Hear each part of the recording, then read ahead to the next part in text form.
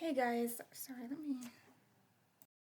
As soon as I started recording, my speaker went off, like making noises and shit, so I turned that off. But I'm Nixia Phoenix, and the priestess, high priestess, and founder of the Luminous Shadow Priestess tradition, which I'm gonna be having a school for soon, and my company, Nocturnal Muse. Founder, all of that. So I do these priestess guidance videos, and I have an Etsy. I'm gonna link that down below. But I found a article that really explains my worldview when it comes to paganism and being a pagan and how I worship and how I practice my religion. To me, there are many people who write pagan as like a lowercase p, but I'm speaking in a way of like the capital P. So there's like two different versions of the word pagan, and there's different perspectives. Whichever perspective you're coming from is going to have a different definition. So if you're coming from a historical or scientific definition or perspective, you can have a certain definition, like someone who lived in the hills or in a grassy area. From a Christian perspective, a pagan is anyone who was not a Christian. And from a pagan perspective, paganism is the religion that a set of beliefs, like a specific structured religion with a specific set of beliefs, gods, and different ideologies and things like that, but specifically, not just not Christian, but specifically like a specific set of beliefs and traditions and gods and things. And it's different than Christianity. It's a whole different perspective. It's a whole different, so I think the problem, and this article talks about it, I think a lot of things with when people come to paganism, or when people come to paganism from Christianity or from a modern cultural perspective, they come to it. They become a pagan with that already conditioned in them. It's hard. It's different. I have the luck of being raised by two parents who, if they had, I feel like I would consider them pagan. I would call them pagan, but they don't like titles. They don't like labels. My dad be like, no, I'm shaman. I'm not pagan. I'm shaman. So I'm like, whatever. I consider that pagan.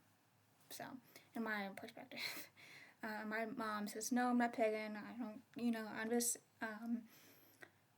what does she call it? What do you call that belief that it starts with an A? Not. It's not. Dang.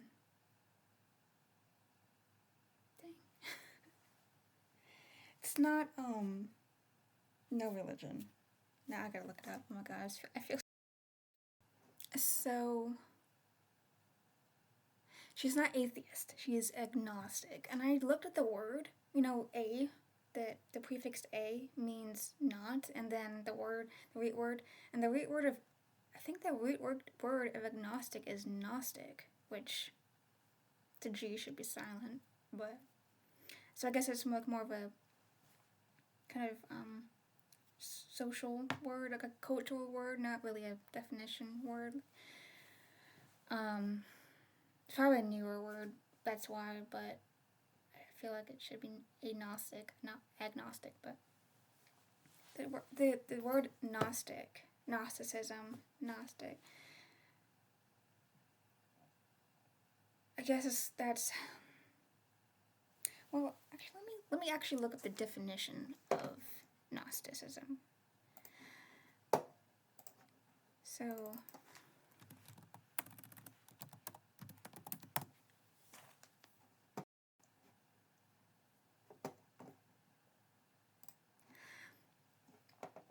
So, Gnostic is like mystical wisdom. So she's not interested in mystical things or anything that relates to anything. And to me, that's what is the basis of religion and spirituality, is mysticism. So she doesn't not believe in something, but she's a very practical minded person. So, and she is that kind of person. When I say they're pagan, I mean their actions, their beliefs that don't align with Christianity. How they raised me, their morals and what they instilled in me. That's very, very pagan. When what we strive to be, as when people come to paganism from Christianity, what we strive to be. They taught me that without religion. They just taught me like sacredness of nature and fantasy. That I grew up with fantasy movies, and so my dad was a lot more of the mystical person. My mom was more down to earth, but she's still like. I think the more older she gets, the more she's kind of like, I'm just kind of questioning, is she like a closet Christian? But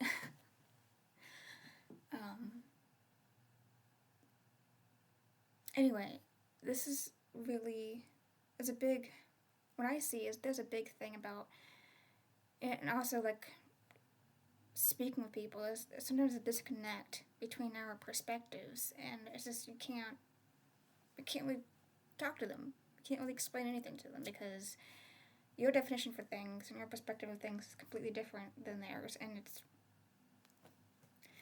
so paganism.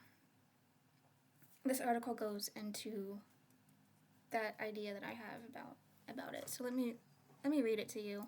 I think this is something that really needs to be shared with the world. This comes from Medium.com, and the author is Nyx Shadowhawk, which it's like Nyx herself led me to this. And I want to say it's not like this is what this article is about. This is my belief. My belief is that Nyx led me here. And it doesn't have to be literal. Like, we don't have to okay, science. Let me do a science test to prove that it's true. No, it's my belief. It's like a religious belief. And that this article talks about that really well. It describes it, explains it really well. So the article name is Pagans and Mythic Literalism. A question that's come up a few times recently is where pagans get their knowledge of the gods from, if not mythology.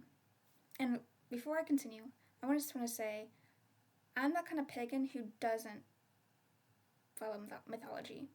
I don't really know that much about, I want to know more about, the family tree, because I think that's important. But the stories themselves, they're not the religion. They're stories.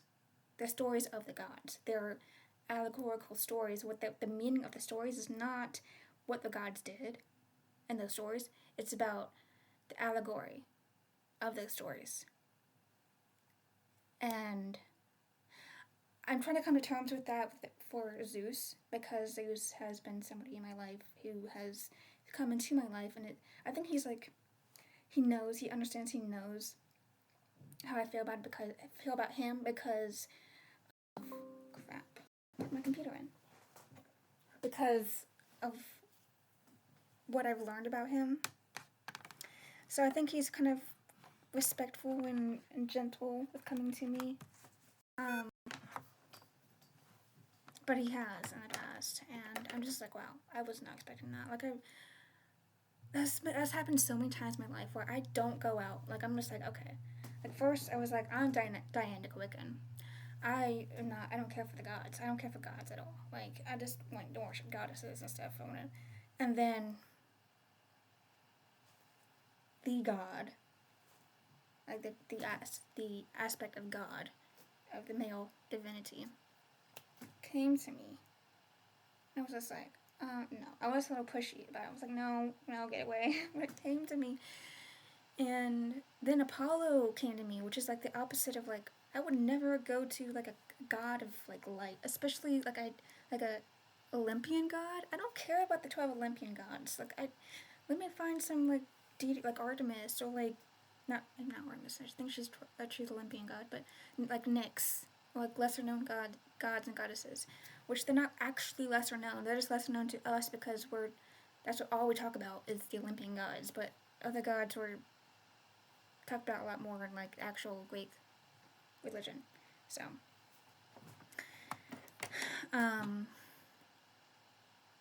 so I don't go my practice is not built on mythology, but I know a lot of other people's is. They come from Percy Jackson, which I will not read that. I think it's blasphemous.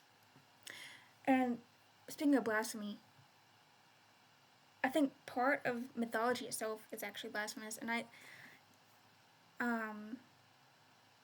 actually Plato himself says something about that too. So I need to read Plato. I need to read Plato and Porphyry, because those people talked about the Greek religion and the gods. As somebody who has like how we worship Christianity today in America, that's how they worship paganism. That's how they celebrate paganism. And so I want to read from people's perspectives on that. When I don't want to read mythology. I want to read from philosophers who are pagan. So anyway, that's my own personal take on that. But I know a lot of pagans come to paganism from Greek mythology class and Percy Jackson. No. Or witchcraft perspective. And I don't come from any of those perspectives. I come from a like perspective of like practicing, like from being raised in the pagan ideals of life, what life is. So I come from, so it's hard for me to really switch my mindset to understand and sympathize with those who do sometimes, and I expect others to believe the same as I do, like automatically, because I don't actually realize, like, I have to think about it, like, I just think that way, and then I have to be like, oh, wait, I have to remind myself they come from a different perspective. So, let me continue. So the short answer is that mythology is not the only kind of source that concerns the gods. It's just one small part of a much larger religious context. But the reason why this question gets asked is because most people have a very hard time separating the concept of the gods from their mythology. In the minds of the people who ask that question, getting your knowledge of the gods from somewhere other than mythology is like getting a knowledge of Harry Potter from somewhere other than the 7 books of J.K. Rowling. Also, let me say, with that in mind, when as pagans, right, we are our gods are the aspects of nature. They are nature. They're the aspects, and we personify them. And so, reading from a book, taking our religion from a book, and this comes back to this perspective that she's about to talk about. Getting our religion from a book that is written by a man, by a human being, is a Christian thing. Not a pagan thing. Not any other religion thing. And it's weird to think about, like, how can a religion be based off just one book? Like, that's just so wrong to me. Like, and then it's like human worship. Like, it's worshiping a human being. And it's worshiping an object.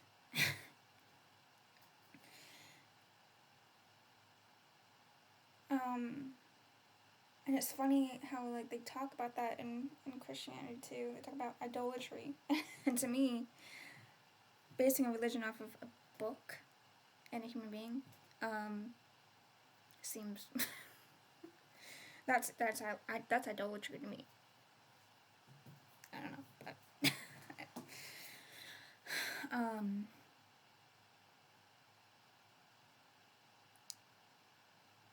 but but with Christianity, why people think of Christians as what's it called? H word. I cannot think today. Hypocrites. Hypocritical is because Christianity is very much so an orthodox religion. So they don't have to act in their beliefs. They don't have to act it. They just have to believe it. But they don't have to act their belief. It's not important. It's more important to believe it than to live it. And so it's okay for Christians to be, and that's not me like saying it like, oh, Christians are hypocrites. No, in their religion, it's actually okay and appropriate to be a hypocrite. It's okay. And to me, it's not. In my religion, it's not okay to be hypocritical. Like, you have to, if you're going to say something or tell somebody else to do it or expect somebody else to do it, you need to be able to do it for that yourself. And the idolatry of, that Christianity always talks about, like, idolatry, but then they do it themselves, but then they excuse it. And they just, well, that's different. That's idolatry. That's hypocrite. That's hypocriticism. That's hypocrisy. There we go. And that's so. I think I made my point with that. So anyway, let me continue. Among pagans, there is a constant debate raging about mythic literalism. Whether ancient pagans believed their myths or not. And I looked this up too myself. I was like, because I saw this argument between, like, why are pagans and Wiccans not, like, they're treated like, and not treated like a real religion. Like, but the government, like, legally, just, the government doesn't treat them, but legally, like, if, there's actual, when you look up, like, different laws in different cities and states and law books and things, paganism is a religion protected by the law.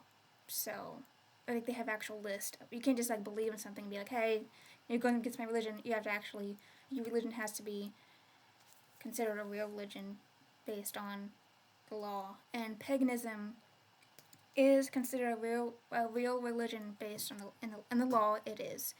So, in American law, it is. So that's why people can go to court and fight things like religious discrimination at work or things like that.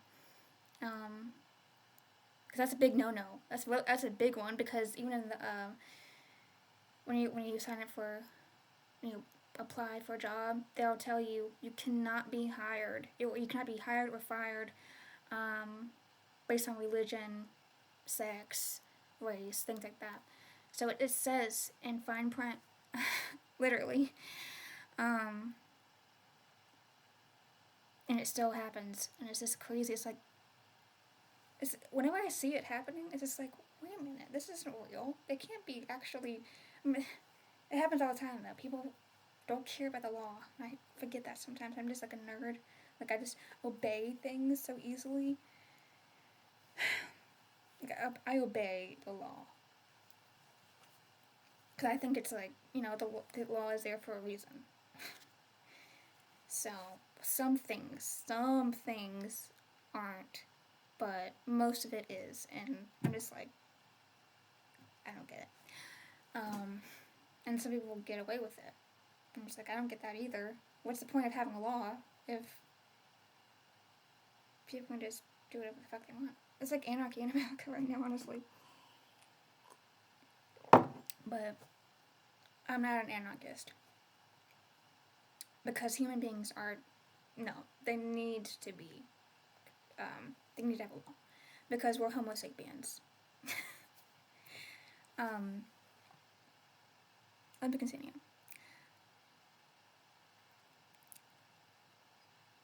The problem is, that's kind of the wrong question to be asking.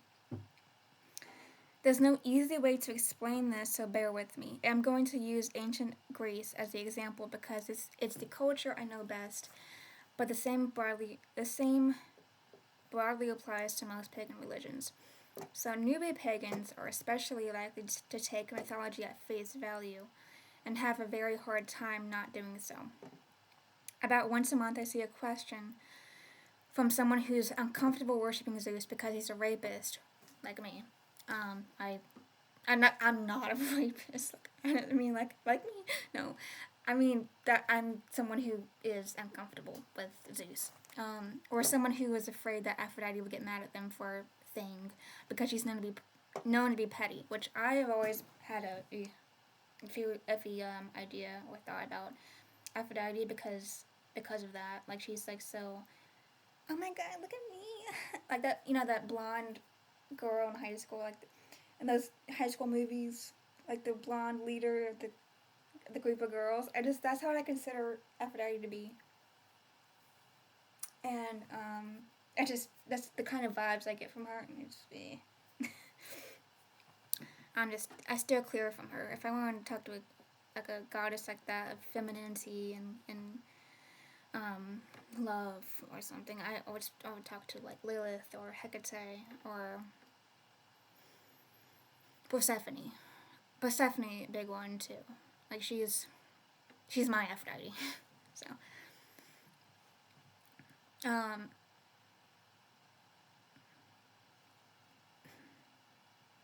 the majority of neo-pagans approach mythology as either like the Bible or like a modern fandom. Which, that's the question. The argument was about why are pagans not taken seriously. And an atheist explained because most pagans don't even take their own God seriously, or their own religion seriously. And I see this a lot. I do. I see it a lot, and on social media at least. And it's true. And I have a problem with that because they are the cause. They're a big cause of why we're not taken seriously, and my religion is very important to me. So it does irk me a lot. And I see it.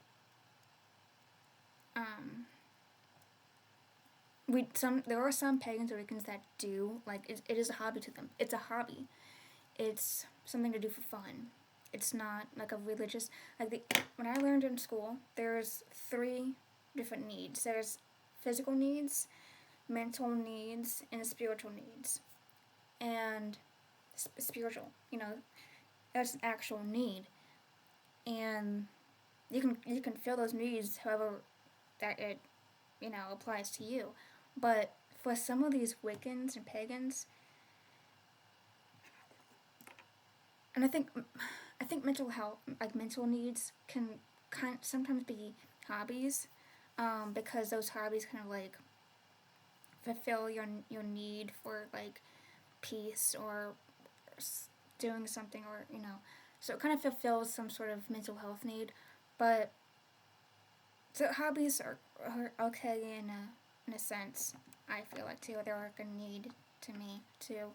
But so these pagans and Wiccans that are like that, I think they're not, their religion, their practice is not fulfilling their spiritual needs, it's fulfilling their mental needs. So I don't know. Like I base my whole life on different, like 3 different paths. 3 different like holistic mind, body, spirit paths. And I'm, as a Capricorn, I'm like very structured with it. So for other people, it might be different, and it's still the same but like different. But as a Capricorn, I'm very structured with it, and so I'll do things like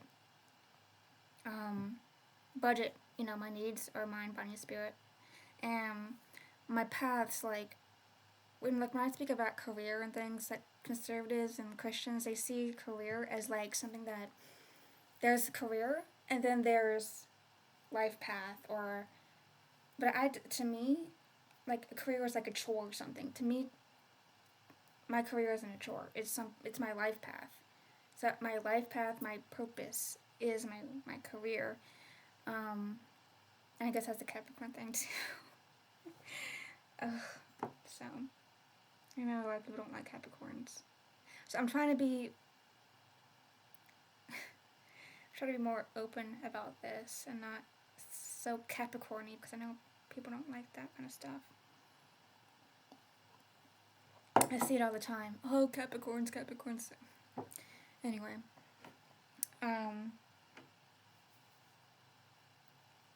so my physical career is, my life path is veterinary. My mental career and life path is being an author, and my spiritual career and life path is being a priestess. So things like that. Like I have 3 different things in my life. Like it goes on physical, mental, and spiritual, and I structure it that way. And I don't remember what I got on that. But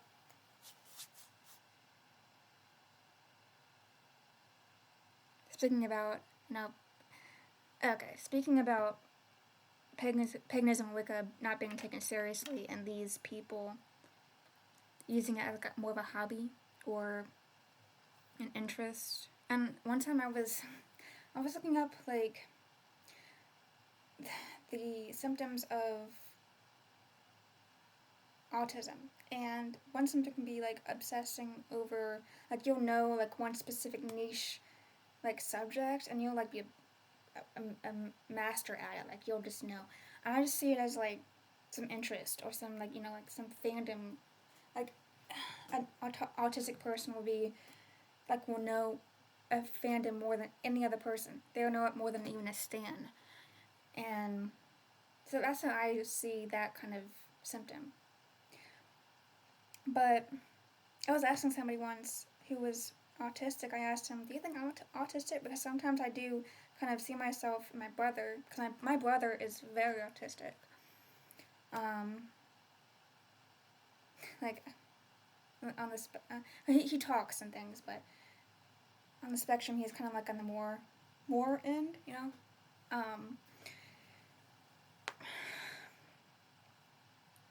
and but there were some things that I see in him that I'm like, I'm not as far, but I'm like similar. Like it's not as intense in me, but it's the same.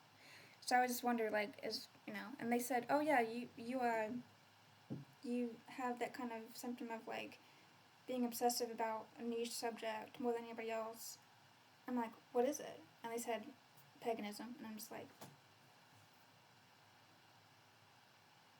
I considered it more like hobbies or fandom, and maybe they didn't mean it this way, but I just felt that very insulting. Like they considered my religion hobby or something.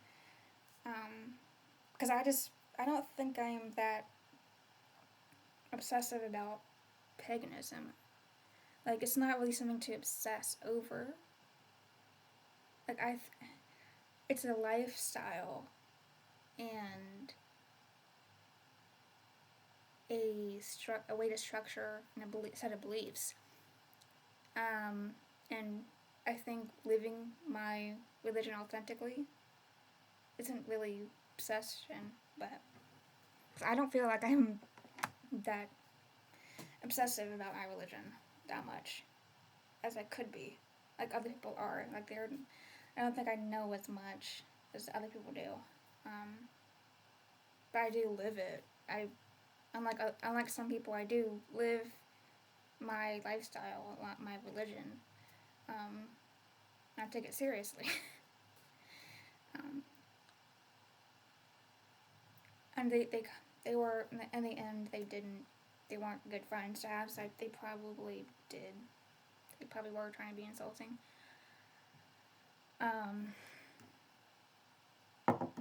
Anyway.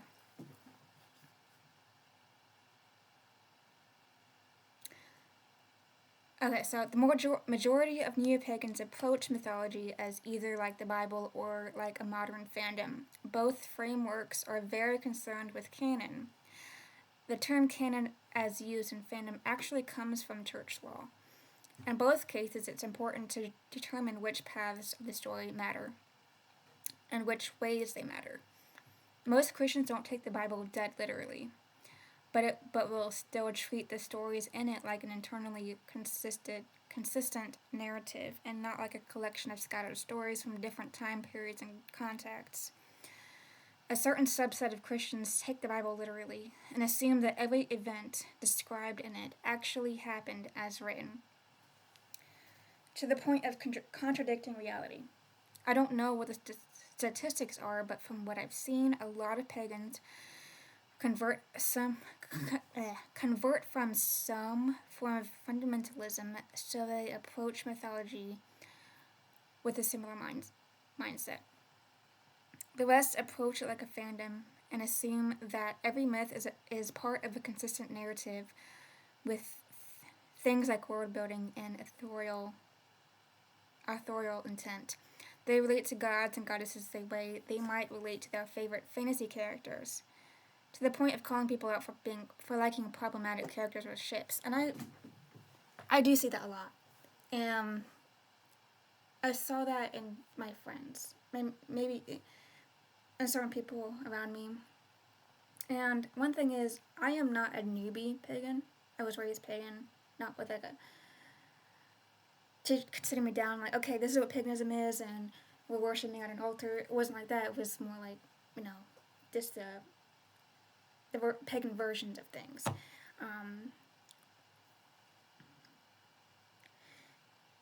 So, and then when I was 10, my dad told me about, like, the pagan gods are real. They're not just stories. They're real. They're beings to be worshipped. And I was like, I didn't know that. Oh. Because I always connected with, like, a lot of Egyptian symbolism. Like, I did like symbolism, like the Ankh and things like that. I had, like, some temporary tattoos that my dad gave me.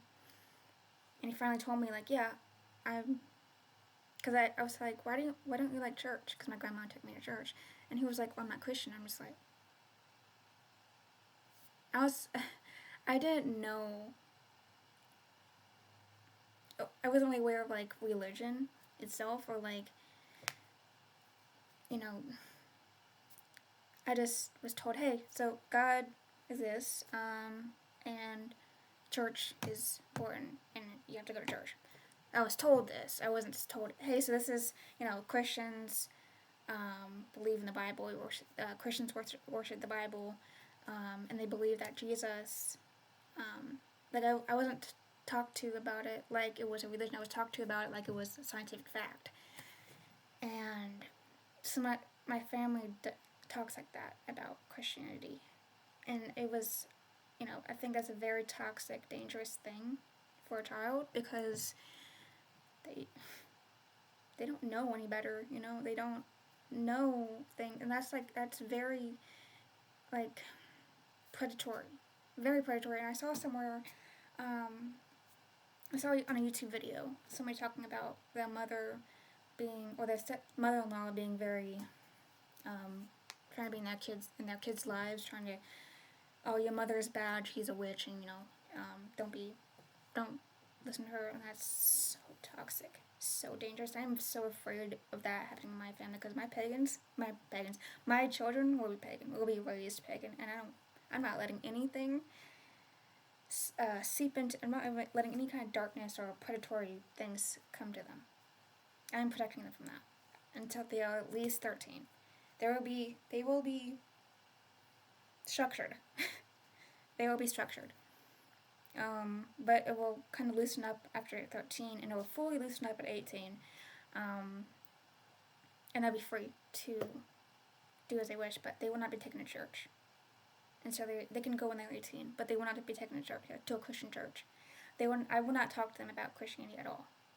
Because I don't think I'll talk to them about any other religion, but they're going to find out they're going to find out about. So it's not like keeping them from a religion and not letting them make their own choices, because I don't know how, but they're going to find out about it because it's everywhere. It's seeped into everything. And so they will find out about it, but I won't be the one to tell them. To me, Christianity is a disease.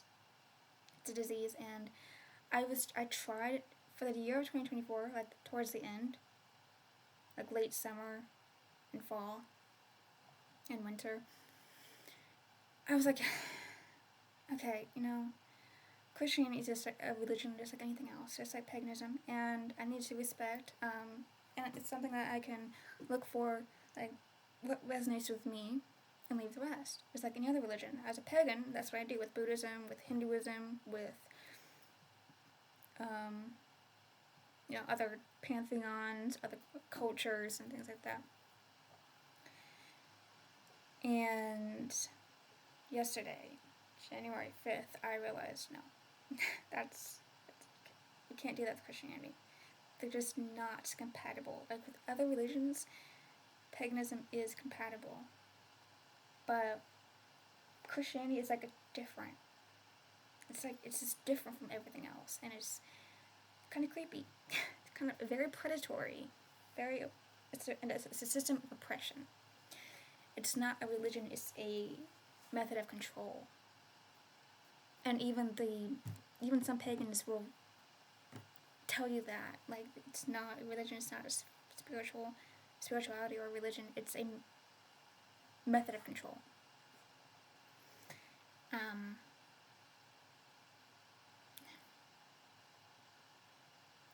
It really upset me. I was kind of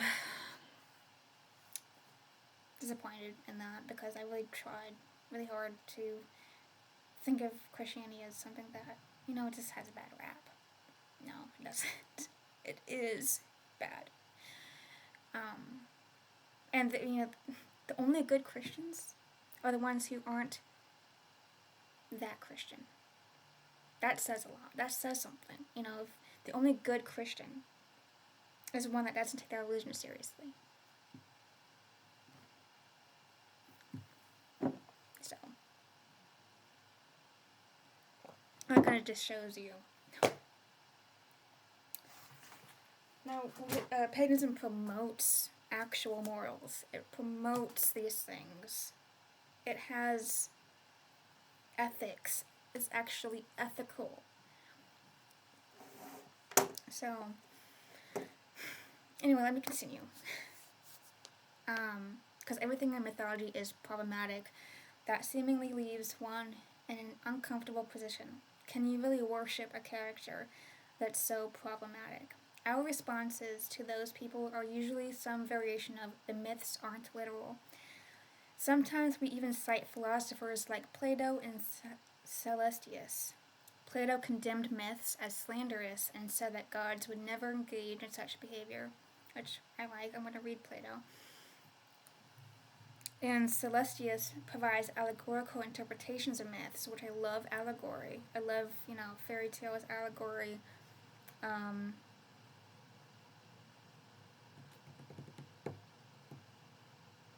What is it, Mother Goose type stories? I love those things. So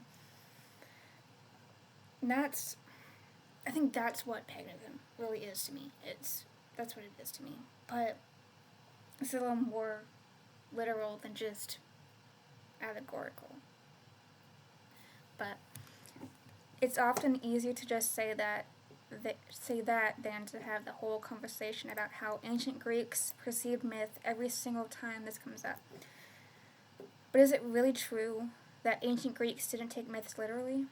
I tried to do some research, some cursory research into that question, and didn't find very much, mostly because 1, classicists don't bother to ask this question at this point, and 2, I'm approaching the question from the wrong angle. The whole literalism versus non-literalism debate is pretty irrelevant to the question of how ancient Greeks related to myth, because they had an entirely different way of engaging with mythology than we do with either the Bible or modern media. They didn't take myths literally, and they didn't not take myths literally. It's a secret third thing, and I love that. I love that she said that, because I have that exact understanding, and I'm just like, I don't know, how are you supposed to explain that to somebody? And it's really hard to, because it's not like we're coming at it as from a modern angle, from an angle that our society comes from, and that's the wrong angle. Because if we want to change the world, we want to make a difference, we can't come from the same angle. We've got to change the foundation of it. So how did it actually work? I haven't figured out the whole answer myself, but I can explain what I've figured out so far. Firstly, it's important to understand how pagans thought about religion. Pagans had a completely different framework for understanding themselves in relation to the gods. For one thing, paganism is largely unconcerned with the afterlife, with the exception of some mystery cults, which are kind of their own thing. Though there's still, Hades and the underworld and Elysium and that, and so I believe that there was an afterlife. I do believe there's an afterlife. I believe in Summerland. I also believe in reincarnation. I believe in those two things at once, at the same time. And I think that is possible. Not possible in the way that we perceive it modernly. That's why, like I said, I can't explain in modern words, in modern definitions, my spirituality, my beliefs. But this helps explain it. So, with the exception of some mystery cults, which are kind of their own thing, I'm diving more deep, and we can't really understand mystery cults, what they were back then, today, because it was a mystery. But we can kind of figure out and create our own mystery, and I think that's the mystery in itself.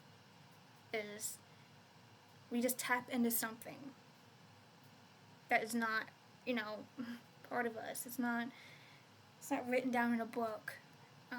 We just tap into the truth of, and that's the mystery. That's what I consider the mystery. And that's why it is a mystery. But so you worship the gods to gain their favor in this life and make your life marginally easier, not to gain access to a paradise once you die. I believe in, because I have been hurt in my life by people that are bad people. The concept of hell in Christianity, a lot of people don't like that. But just to have a heaven for everybody also is a horrible idea. So I believe in reincarnation. I do believe that what happens to us, not to punishment, but some of our teaching. So here, in that life you made these mistakes, and in this life you're going to understand those mistakes from a perspective. Like if you treated somebody poor badly in a past life, you're going to be poor in this life. So you can learn those. You can learn. It's not about did a bad thing. Oh well, you're just a bad person. It's a learning experience. I kind of take that same belief to bad guys in this life as well. Like when I see a bad guy when they're doing something bad to me, I just like I'm not excusing the behavior, but I'm just like, they just don't know. They don't have this perspective, and they don't have the experience, and maybe in another life they'll learn, or maybe I can try to help them understand and teach them a little bit. But usually you can't. Only the guides can do that. So, in my experience, only the gods can do that. So I also have to give it up to karma, and because I do believe in karma, because I have to. I have to, because of the shit that happened to me in my life. I do believe in karma.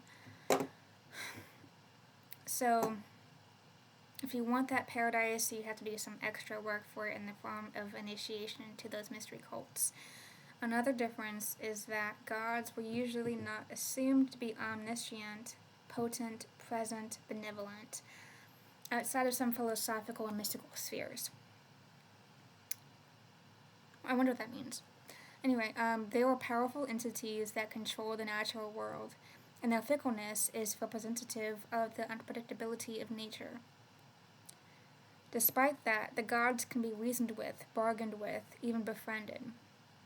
That's why you give them sacrifices, a gift in exchange for whatever it is you want from them. You'll see a lot of modern Reconstructionist pagans say that ancient pagans were orthopraxic, not orthodoxic. It doesn't matter what you believe about the gods, it just matters that you worship them correctly. Christianity is various degrees of orthopraxic, but it is almost always orthodoxic. It matters a great deal what you believe, and if you don't believe the right thing, you could be accused of heresy. I've compared Christianity to a Jenga tower. Remove any piece of its belief system, and the whole thing collapses and has to be rebuilt from scratch with a new sect. Paganism is more like Legos. You can just keep building new stuff onto it, and no one's going to care. Your Greek Lego set can even intermix with that Egyptian Lego set over there. And it'll create a cool new thing that's a mix of both. This is called syncretism. To pagans, the important thing was how you worshipped, that you said your prayers and did your sacrifices, participated in public festivals, and performed all other rituals as you were expected to. It'd be like if Christianity cared only that you went to church every Sunday, regardless of whether you believed that Jesus died for your sins or not. Theology was for philosophers to debate while half drunk at symposia. Everyone else didn't really care, supposedly. The paganism as orthopraxic thing gets brought up a lot when discouraging people from taking myths literally, because those people are thinking about mythology in terms of the Bible. Don't take it literally, it doesn't matter what you believe, except mythology does matter. Mythology isn't sacred scripture, but it was still spiritually, culturally, and politically relevant. In fact, mythology was hugely important in ancient Greek culture, not in the same way, or for the same reasons that the Bible is important to Christians. That's what I want to talk about. I forgot something. I left out something. I don't know when, but it's talking about how the Bible, kind of idolatry, and because it's an object written by a human. For me, the Bible, the foundation of my religion is observing nature. So I'll learn, from nature is everything. We are nature. Something that happens, and that's also synchronicity too. So the foundation of my religion is observing nature and observing synchronicity.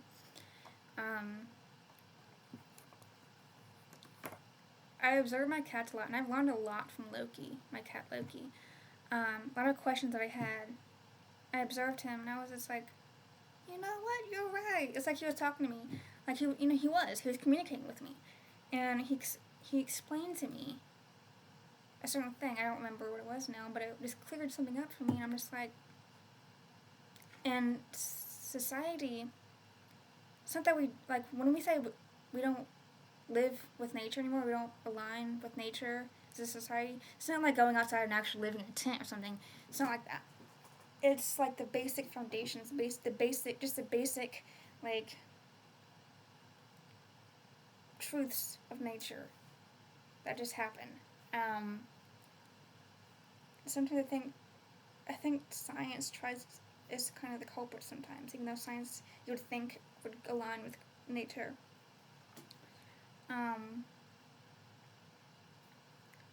Sometimes it doesn't.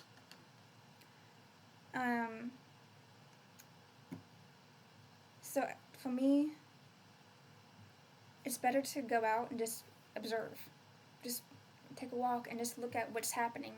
Look at the relation to a leaf on the tree. Look at it falling.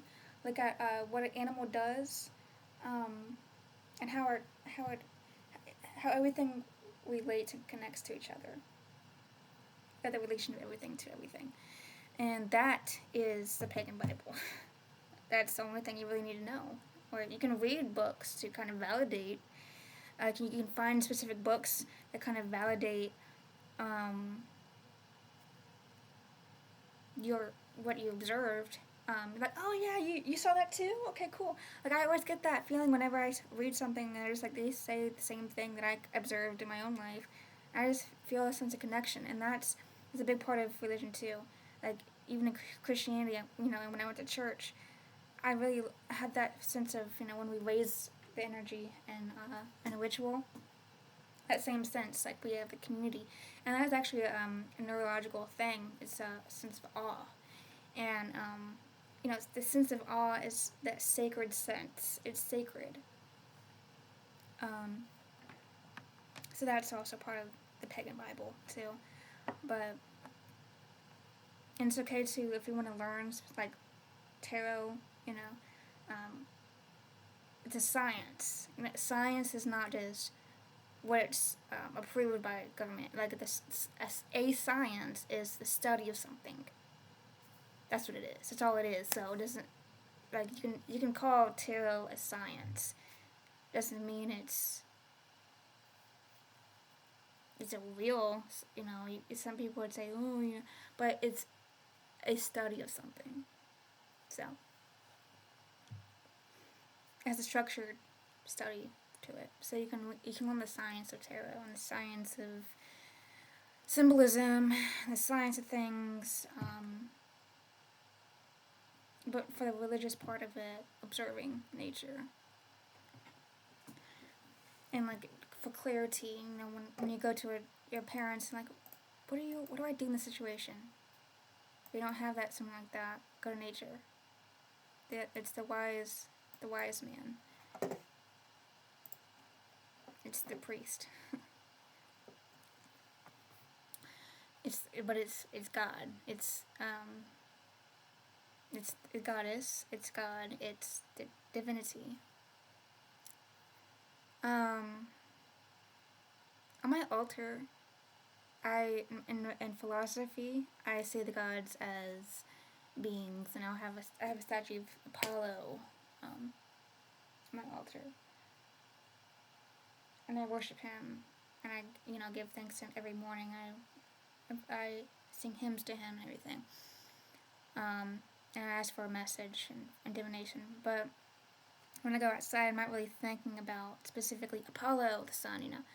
I just kind of just let it be and just see the sun. I kind of observe the sun, and subconsciously I know it's Apollo, but I'm not just like, okay, no, Apollo. But I just, because he is Apollo. It's just a fact, and you don't have to really believe it or something. It's just, that's the sun. What you have to believe is Apollo is the sun, not that the sun is Apollo. If that makes sense.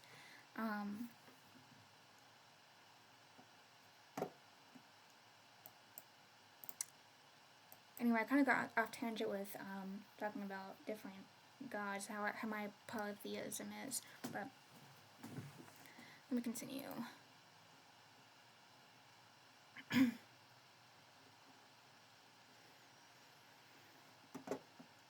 So, in fact, mythology was hugely important in ancient Greek culture, just not in the same way for the same reasons that the Bible is important to Christians.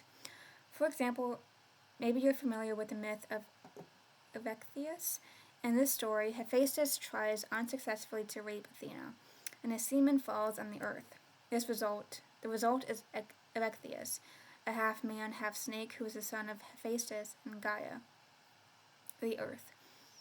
His serpentine features are a result of his chthonic origins. Athena adopts him as her own, and he becomes the first king of Athens. That's the story. Was it taken literally? Did the Athenians actually believe that their first king was a half-snake man? Well, yeah, sort of. So this is the actual myth right here. Or I don't know if it's the myth or somebody writing about the myth, but to distinguish the multiple functions assumed by myth and the many levels of social experience it takes charge over, one example will suffice, that of Athenian Autochthony. That's kind of a hard word to say.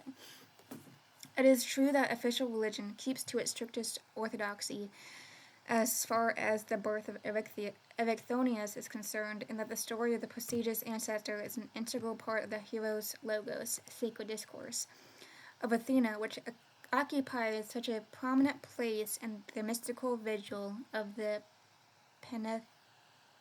Panathenea, between the son of the gods and the native born from the soil of the fatherland. Tragedy makes no choice and when it evokes the person of Evicthonius, and when they extend the name of Erechtheids to the entirety of the civic body, the tragedians make the Athenians both native sons and divine offshoots. So Athenians are the people that live in Athens, because it's named Athens because it's the city of Athena. They worshipped Athena in the that city of Athens, so it's named after her.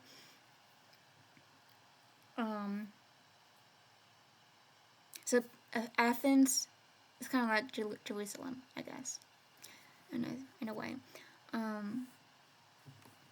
But eloquence goes one step further, and as though the story of Erechthonius were too well known to be repeated once again, the official orators, those who recite the funeral oration, epitaphios, logos, to the glory of citizens fallen in combat, in general avoid mentioning the national hero and attribute the privilege of autochthony collectively to all Andres Athenian men. It is not surprising that this generalized autochthony becomes an essential element of the ideology of Athenian democracy. Not only does it serve to justify Athenian practice in war, champions of rights, or consider as such, or what the Athenians are by virtue, or are by their virtue. This is kind of hard to read, sorry. By virtue of their status as legitimate sons of the soil of the fatherland. But the orators go so far as to derive democracy from autochthony, or, to use Platonic terminology, to derive political equality. And isonomia, from the equality of origin. Isogonia, see Plato Menexenus 293a. Thus law, nomos, finds its basis in nature, physis, and the power of the demos, populace, thereby gains its certificates of nobility endowed collectively with good birth, eugenia, and autochthonous citizens are all equal because they are all noble. One more step and the speeches will contrast Athens with all other cities, anomalous groupings of intruders settling in a matrix on foreign soil. And this is by Nicole Loro from Mythologies by Yves Bonnefoy. So, if all Athenian men are sons of the earth, having sprung directly from it like Erechtheus, then they are all noble/divine, and thus all worthy of governing democracy. The point is, so it's basically like democracy is the spiritual law of that city. So the point is, it doesn't actually matter whether Erechtheus really existed in a sense that we would understand today. What matters is the collective divine right that his story confers. The Athenians believe that they sprung directly from the earth, at least in theory, and because it justifies the social structure and sets them apart from the other cities. The Athenians believe it because the idea is important to them. It doesn't have to be literally true. That's why the politicians work it into all of their speeches. Pre-modern ideas of history were vague, to say the least. So a lot of Athenians probably did believe that their distant ancestors were autochthonous. But if you personally don't believe that about yourself, no one's going to come and persecute you, unlike some other religion. It doesn't matter where you think your authority as a citizen comes from, as long as you still worship Athena. So does that mean it's all manipulative political theater? Well, no, not really. This is just one example of a political myth, but myths exist for all kinds of reasons and have different kinds of significance to different groups of people. The truth of the myth just doesn't matter as much as that significance. Myths do a lot more than just describe what the gods do in their off time, or catalog the adventures of heroes, or provide simple just so stories, explanations for how nature works. Myth is a complex body of storytelling that makes everything in society and in nature more meaningful. The veracity of the story itself doesn't matter as much as the meaning of it. I don't think there's a direct analog for this that exists in the heavily Christian culture of the United States. Modern media resembles myth in its culturally ubiquity, but no one is sincerely building shrines to Iron Man to commemorate his defeat of Thanos. A closer analog might be some of the national myths that we tell about ourselves to justify American values and social structure. Like, for example, the myth of the first Thanksgiving. For most of us, a version of the story was passed down to us as kids, and we probably took it at face value back then. It's a story that's vaguely based on real events, but is almost completely divorced from them. Instead, it serves the twofold purpose of one, justifying a particular festival that's otherwise pretty arbitrary, and two, promote American values of unity and camaraderie between people who are different. The thing with this, the reason why this is different from the Athenian myth is that, one, the Athenians actually believed in their myth.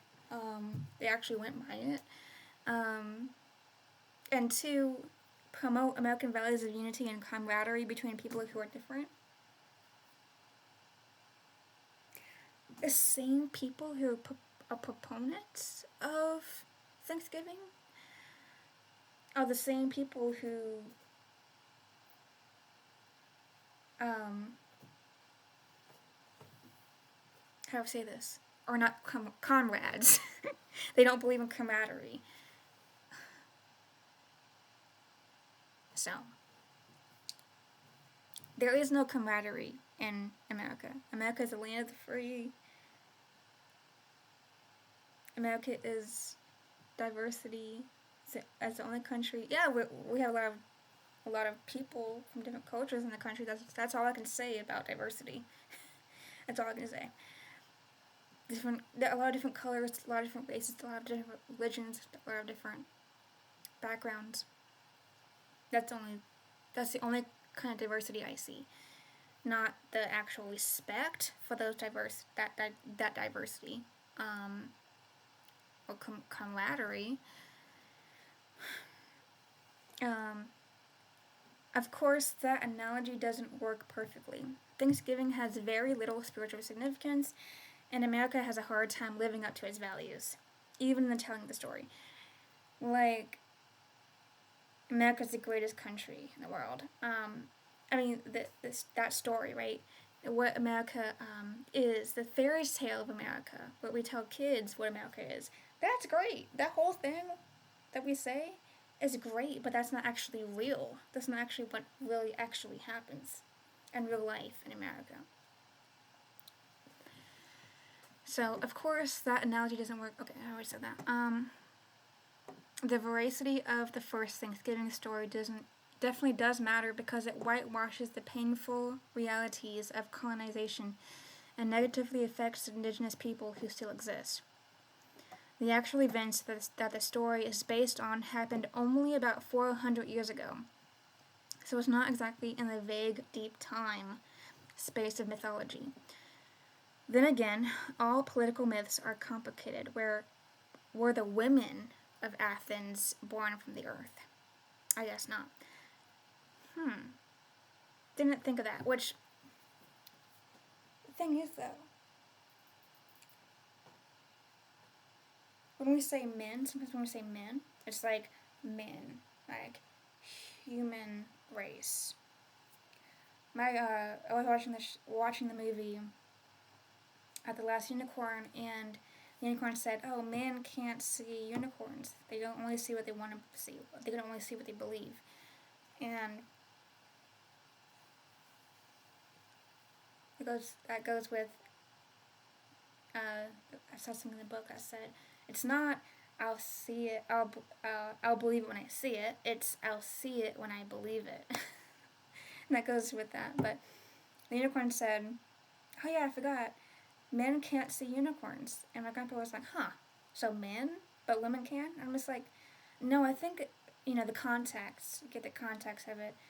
The context is human race, like human beings. Like there's human, and then there's horse or unicorn and men. You know. I hope that's what that meant in that story. That human race. But I think, because I don't care about the word choice. The words don't matter. It's the context and the meaning behind it.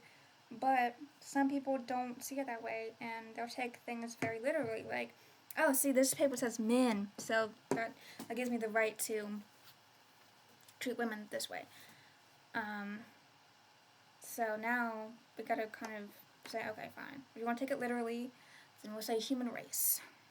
God, like, why are you?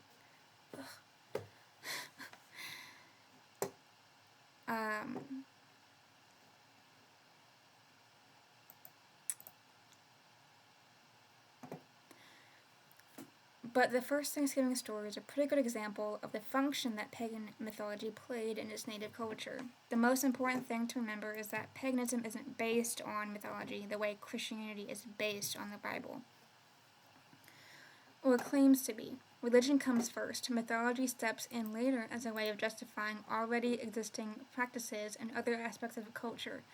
Mythology can be completely irrelevant to your practice if you want it to be.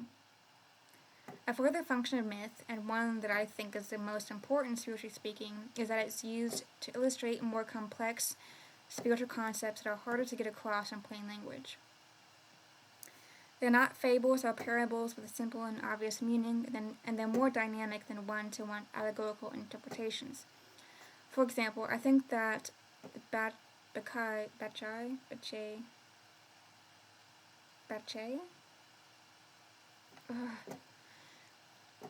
I should know this. Like, I read it silently, so I'm like, oh yeah, I know how to say it completely. I definitely know how to say it, and then I actually say it, and I'm just like, I can't say it, because I'm a reader. I like to read a lot, I'm a nerd. You can tell, people, it's very obvious when I speak things out loud. People can tell that I read them.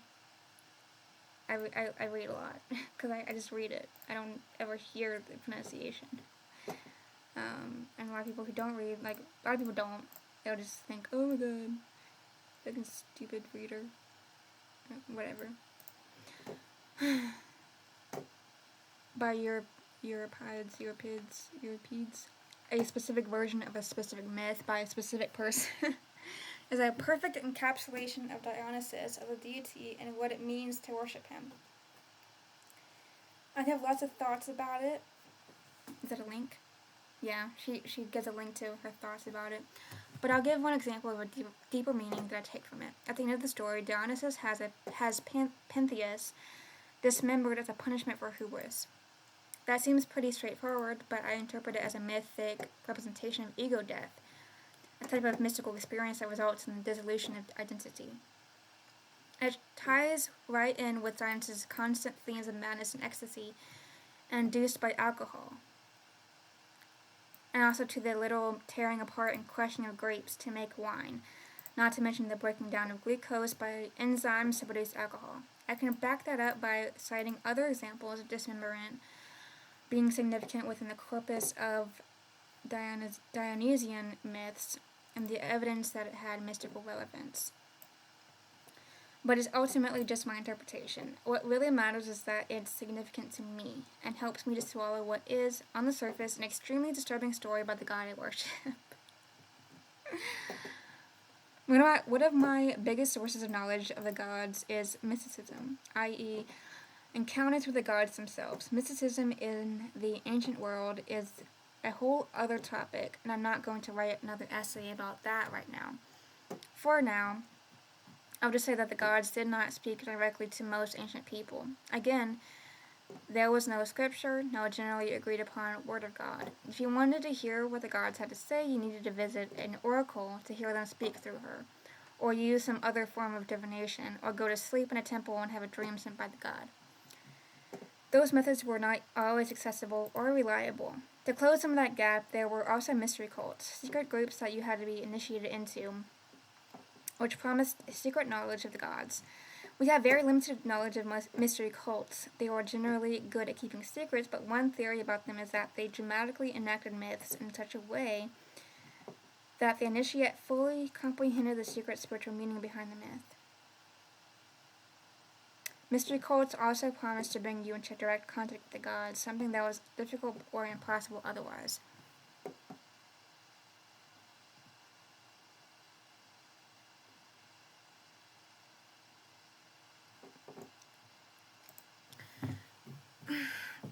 I was going to say something about this.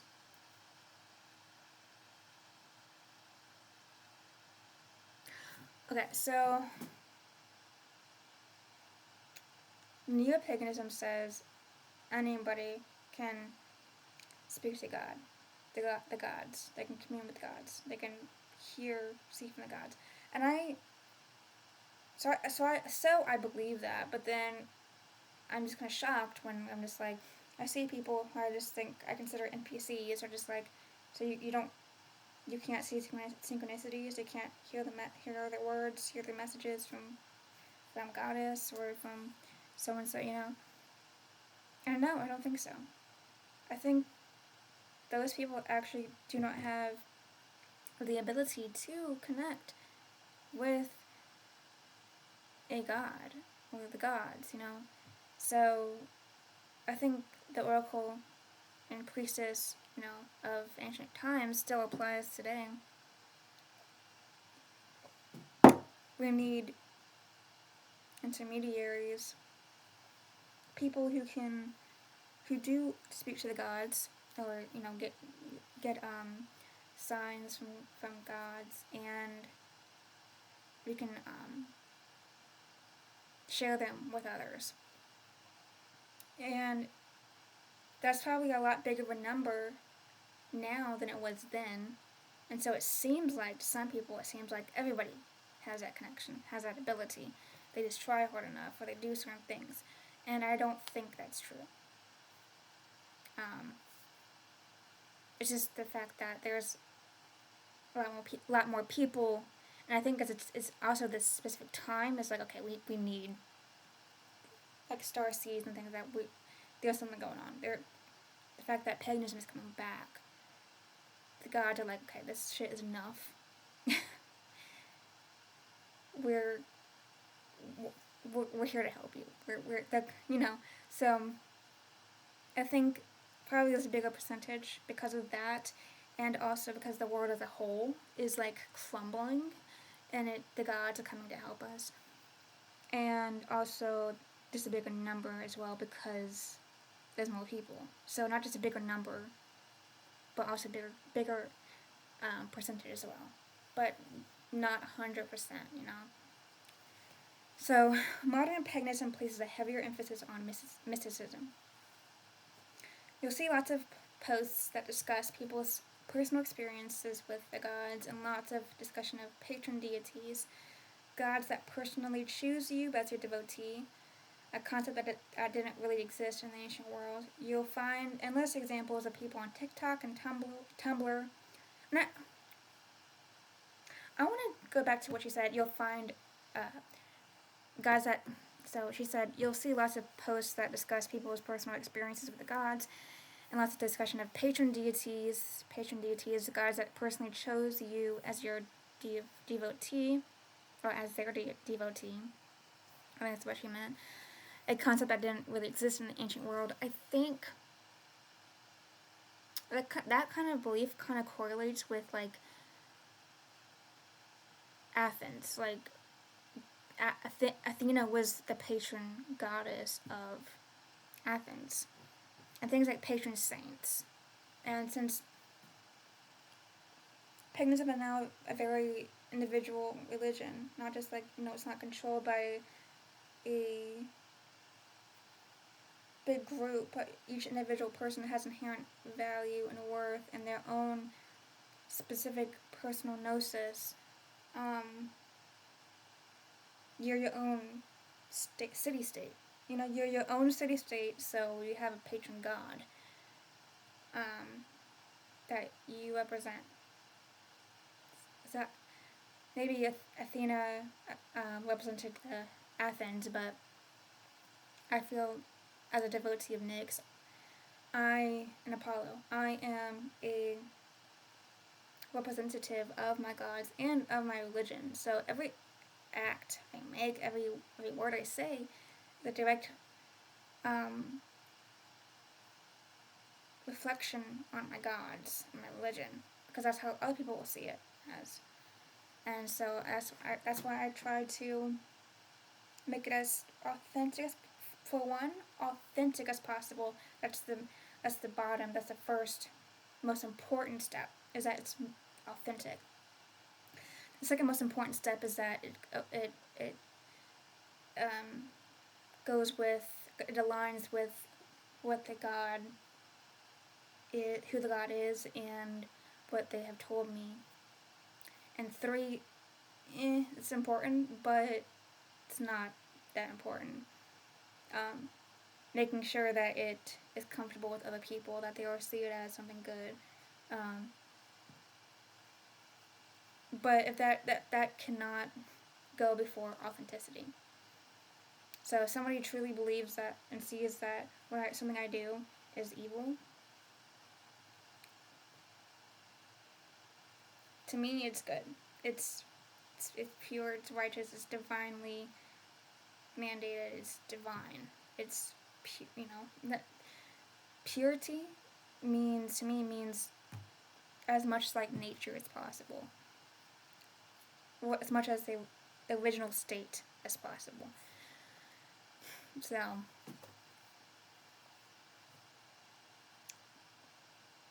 I think patron deities comes from that. Anyway, you'll find endless examples of people on TikTok and Tumblr who claim to be able to get the gods' opinions on their playlists or favorite ships. So, oh my god, every sentence gives me an idea. So I never thought about this before until. So for a while I've been listening to a specific song for Apollo when I invoke him, when I read his invocation. And to me, and I know the word invocation means something, but to me when I read it, it's more like praise. Praise for the god, not just like, okay, Apollo, come to me. No, people think of it like Satanism, like where you're raising a demon to like do your will, like you control them. My gods aren't demons to just raise and slave, and they're not pets. So there's a YouTube video I saw that said our gods are not pets, because people do. I think it's changing now, but people did in the past see them that way, like they just pets, like demons to raise. No.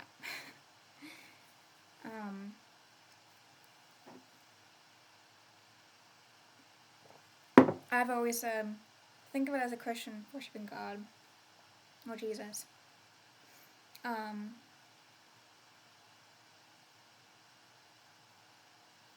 That's how I feel about my gods.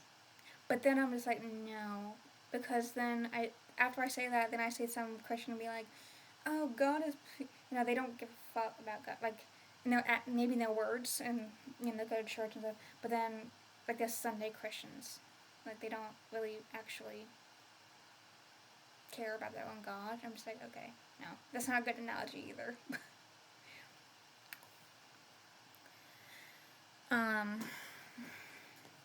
So anyway, I think a big reason for this is, what I was going to say is, I've been playing a song for Apollo every morning, and recently there was this new Like, I'll type in a certain thing, and the video will, like, be the third one that pops up.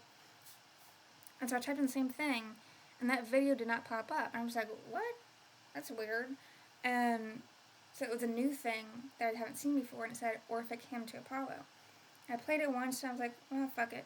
And I'm just like, after I played it, and I sung it, and I, not sung it, but I listened to it, because the words, I couldn't really, there was no lyrics, so I didn't really know what the words were. But I just felt the energy of it, because I'm a clairaudient person. I felt the energy of it, and Apollo was like, and I realized afterwards, that was him telling me, okay, let's change it up a little bit, you know. So it was like his approval of that song, and then it happened a few times, and later, one time it happened where the old song came up again, like it was never gone. I'm just like, okay, so we're doing this one today, and that was how Apollo just said, okay, let's go back to this song today. So that's how, religious thinking, that's how you, I know scientifically speaking, that's not,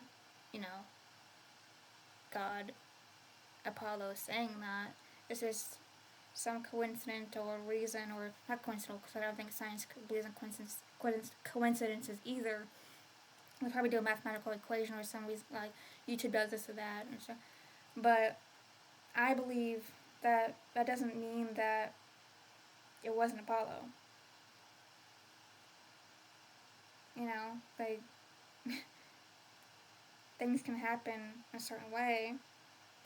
Steps can happen, and it'd still be a message from a God. It doesn't have to be like, oh, okay, well, it's not a spiritual thing then. I don't know why people say it that way. Yes, it can. It can be scientific explainable and spiritual explainable at the same time. It's not mutually exclusive, I don't think, but Hellenic pagans are lucky to have as many ancient sources as they do. Most other types of pagans don't have nearly as much to work with. It's like trying to complete a puzzle when you have less than half the pieces.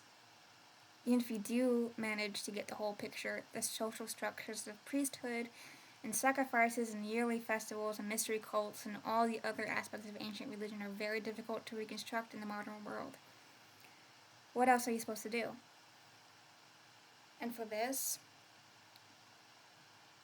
one, connecting with the gods themselves. Personally, and I guess, many people can't do that, but that's how I do it.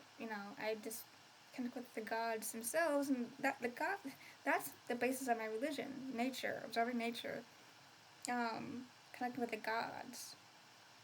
It's not about following some specific man-made structured thing.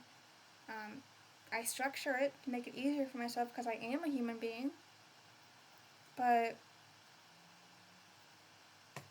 And also, if we do reconstruct and bring back certain things that the pagans did, and we're just like, doesn't align with cultural values or modern values or modern laws, things like sacrificing maybe animals,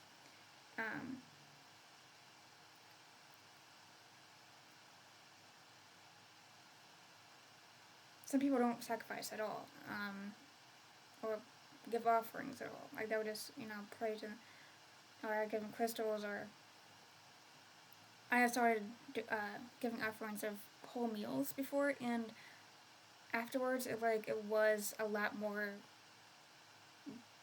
intense blessings afterwards. There's because I learned once, somebody said, why would a god, why would our gods, if they are nature, if they are the mothers, and they love all life is sacred, why would we kill or give, why would we kill an animal, or why would we give them food? They're not mortal, they don't need food. It's not about that. It's about what we view it as nutritious. And it's our perspective of you would give food, or you would only give food to something that is real, right? And the God's nutrition, I learned from my dad, what the gods actually feed off of, and what they, what strengthens them, and what, like their nutrition is belief. And so that's why I believe that action is actually more powerful, like orthopraxic practices is more important than orthodoxic practices, because if you don't, like, say, like, oh, I can't give food to I can't just give a whole plate of food to the gods, I can't sacrifice that, the word sacrifice, I can't sacrifice that, that I don't have enough food for myself, barely, and I need to save, that's even more, that would give even more power to the god if you have less food and barely can have food for yourself, and you'll give your gods, you make a feast and you give your gods one plate as a feast. That's even more powerful, because that's the sacrifice. It's to you, you're giving something up that could have fed you, and it's just like important. Or something like stopping an addiction, cold turkey, because your belief in the gods, so you give that as an offering. It's just, you wouldn't do that to something that's not real, So the fact that you believe in your gods enough to do that, that's what nurtures them. And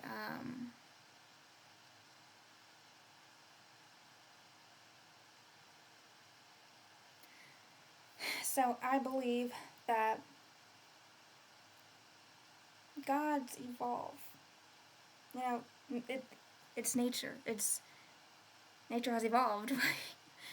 Nature has evolved. Nature evolves. Nature grows up. Nature ages.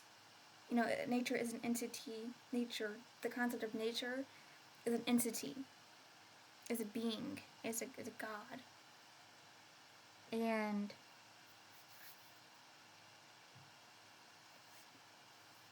it is a person. Not a person, a human being, but it is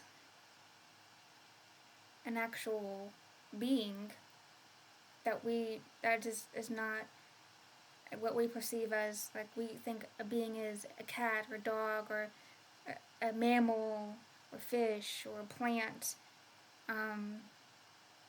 but cells, each living creature has cells, each living creature has microorganisms, so there's different, a microorganism isn't going to be able to be like, see our body as, they probably don't think of our body as, if microorganisms were like people, their science would be like, different microorganisms, and we live in this whole, universe or whatever. It's literally an actual being.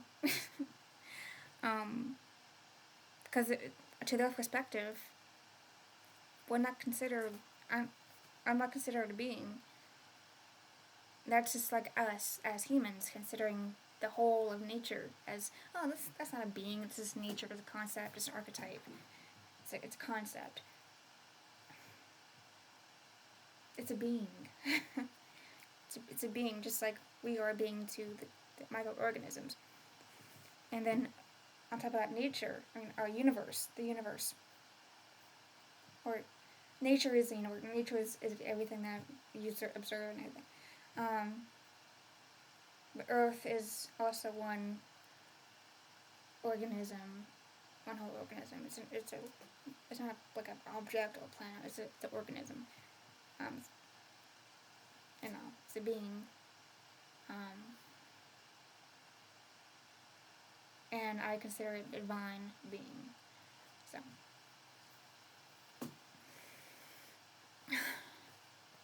Where's it going with this? So, of course, that being ages, like we do. We grow up, we learn different things, we change. We physically change, our hair, our hair grows longer, our bodies change, and so does God's. So, what they did back then to worship the gods is not exactly the same thing that they're gonna want now. We have to come at it as from their perspective of who they are now. What is nature now? We have to observe it. We have to figure it out, The only way we can do that is to commune with the gods now, or talk to somebody who can commune to the gods and connect with them. So what else are you supposed to do? At that point, the only remaining resource becomes the gods themselves. Exactly, that's what I was saying. I'm one of the lucky ones. I can talk directly to gods in a big portion of my practice. I love this person. Oh my god, we think the same on everything. Holy crap. And there's a big portion of my practice, if you can even call it that, is just pure mysticism with occasional rituals thrown in. I can bypass a lot of the praxis because most of the time I don't need it. So for me personally, I go by what the gods say. Exactly. But it's unrealistic to expect newbies to have mystical skills right off the bat. While I think that everyone could theoretically become a mystic, for most people it requires a lot of dedicated study and practice. Without being initiated and following a set course of study and experiences that would teach you necessary skills, it's extremely hard to do on your own. It is my belief that all religions began with someone's mystical experience, someone that assigned meaning to the basic patterns of life and nature. Sometimes that person becomes a prophet and writes a book. Sometimes the revelation is passed down through a mystery cult. Sometimes it's just a solitary experience in a cave or sacred grove. I think that mysticism is, in some respects, the purest form of spirituality there is. But I'm biased, and that's a high bar to set. The majority of people are not mystics and also don't base their practices on stories that people tell. The majority of people just want to leave something out for Zeus so that the rain will fall and their crops will grow. And that's the end of this article. And there's no responses yet. When did this come out?